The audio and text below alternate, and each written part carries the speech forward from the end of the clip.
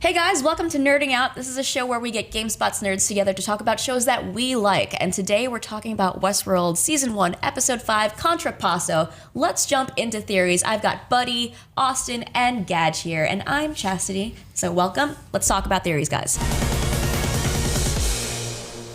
Timelines. I'm so confused, Gadge. I don't know what's happening. So I feel like they're trying to throw us off because we see Lawrence twice. And did he have enough time to reset?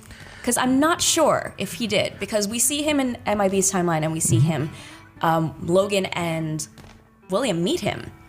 What's up with that? I think they intentionally put it in such a way where we're led to believe, could it be, could it not be? Like last week I was convinced the timeline theory was just out the window, and now this week I'm convinced it's right back into play. When he sliced Lawrence's throat, spoilers, but when he did that. This show is spoilers. There's a lot of spoilers in this show. He made a point to say, they'll be back in a little bit to clean him up. And then almost immediately we now see William, Logan, them all going in there and encountering him right there.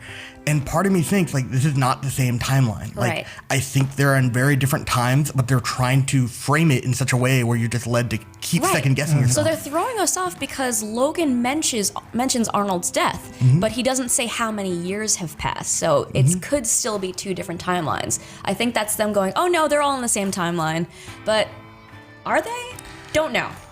Still a question. Right. I mean, I think the whole, when they were just going there, Dolores just kept zoning out, it seemed, and looked like she was alone. I think that was an intentional way where you're is she zoning out? Right. Or is she actually retracing her steps as she went on this journey years ago with William and Logan? That's deep. And is she just going through it to try to re-figure out what is this maze about as she's trying to find Arnold or find whoever it is she's talking to in her head? She mentions that a couple of times as well, the whole, feeling like she's been there before, or I can't remember the exact line, but that's great. That's a great. Yeah, that's a great theory. Yeah. That's awesome. So speaking about Arnold, let's talk about Arnold, Austin. Yes. Got any theories on Arnold this time? So Dolores is working with him.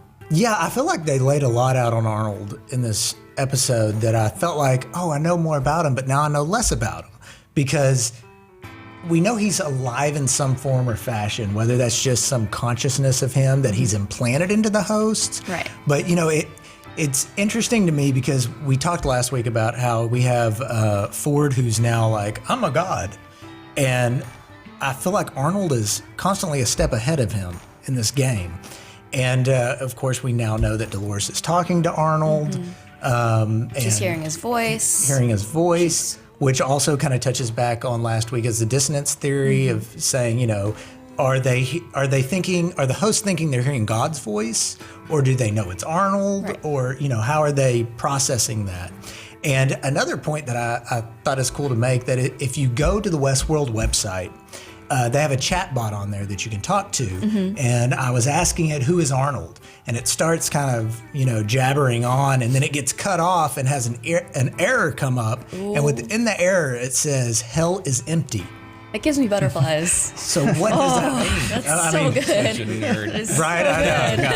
Nerd chills. I got nerd chills. I'm scared. Hell is empty, guys. So Arnold is, slowly but surely revealing himself. All the devils are here. Yes. So the Man in Black starts talking about Arnold, and he kind of has him in more regard when he's talking to Ford. He's just like, Arnold's the real creator of this park, and this park almost failed. So what are we thinking? What did you get out of that conversation between Ford and the Man in Black? So I've been rewatching episodes. Number one, this is very strange, but I think in that conversation, what I got out of it is Ford is definitely Arnold's creation. The Man in Black was like, dude, Arnold created this world and then, killed himself. Or did you kill him? Huh? Yeah.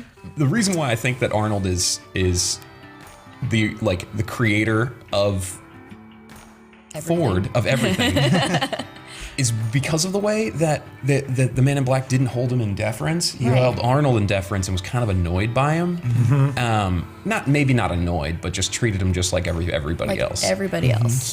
No different. He threatened him, and Teddy went into this crazy, Teddy is dead. Teddy's full of full of what's his name? Lazo. El Yeah. Lazo. He's got gallons of El Lazo sloshing around as it was, and all of a sudden just goes and gets all crazy with the knife. Yeah. I mean that was automatic. Like I said it before. I think Ford's tapped into the Matrix because he's a host. He's a host. He hangs out with other hosts. He's got no compassion for other hosts.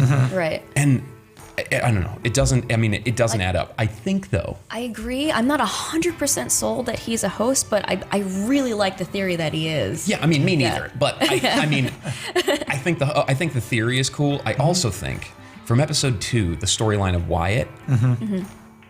Episode 1, episode 2, episode 2. I think that is the story of Arnold and Ford. I think that Arnold is Wyatt and he's like a big evil to Ford. So meta. There was, I mean, I might be completely off and I might be going completely crazy, but it was like, it's so weird how Ford has a lot of these like reverie moments that are like, what are you even talking about right now? You know, and it's so much like one of the scripted things that the hosts are saying, even though he's obviously not scripted and completely, just making things up. It was such a good scene between the two of them, and it's like now you don't know who to root for, and like, are they both villains? There's one more so than the other, and then the whole idea that maybe Ford's a host. It's just, I'll say when Anthony Hopkins and Ed Harris sat down across the table, I was like, now this is awesome. It's about to go down. Anthony Hopkins just nails that character. Yeah. Whatever he is. Exactly. Anthony Hopkins is amazing at it. I agree. Okay, so we cannot ignore that Elsie found a device inside that host's arm. Yeah. And what was that? What does it mean?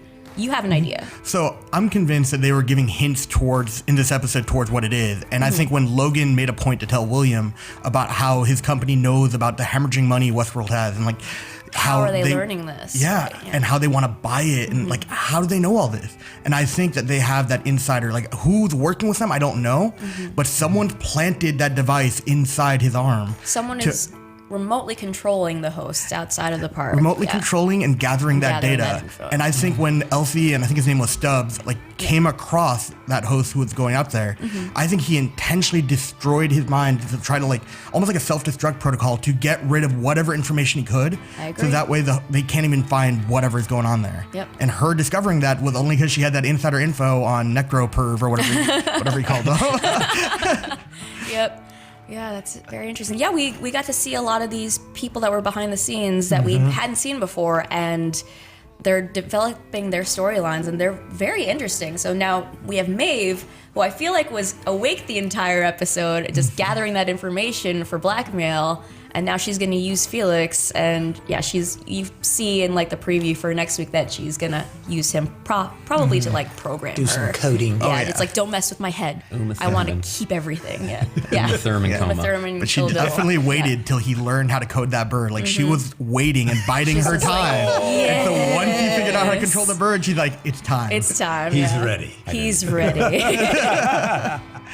Oh, I love it. The girl power at the end of this. Oh, yeah. And the scene with Dolores and the gun. I'm not a damsel anymore. Yeah. She's, Imagine the story in which I'm not a damsel anymore. Yeah. Man. Yeah. It's pretty awesome. Dolores and Maeve taking control. Mm-hmm. The real heroes of Westworld. Why am I rooting for robots? I don't know, but they're great. They're great. That's what can I say? Yeah. So what about that preview of things to come? I mean, I don't know what the timeline is, but there was a lot of naked Maeve in it. And, I think there's just going to be a lot. My prediction, tons more naked Maeve in the series. There was when is she not naked? There was so much nakedness in this episode, so maybe there's just going to be more nakedness. Well, I think it's obvious that we're coming to a war as well. Yeah. So Coming we're going to war. see there's a lot more of explosions coming. I saw those as well. So yeah. We should. A relationship brimming between Dolores and William. What does that That's mean? true. Are they going to be the Romeo and Juliet of this series? And is William going to start turning black hat? Maybe. Like he said, I'm not pretending anymore. Right. Yeah. Yeah, he's had it. He's had it. Left that dude in prison. But that guy did smirk. It's like he was proud of him. He's like, he's doing it. So next week is called The Adversary. So join us for talk about Westworld next week. And I'm Chastity with Buddy, Austin, and Gadge. Thanks for joining us. This was Nerding Out. See you next week. Nerds. Oh, yeah.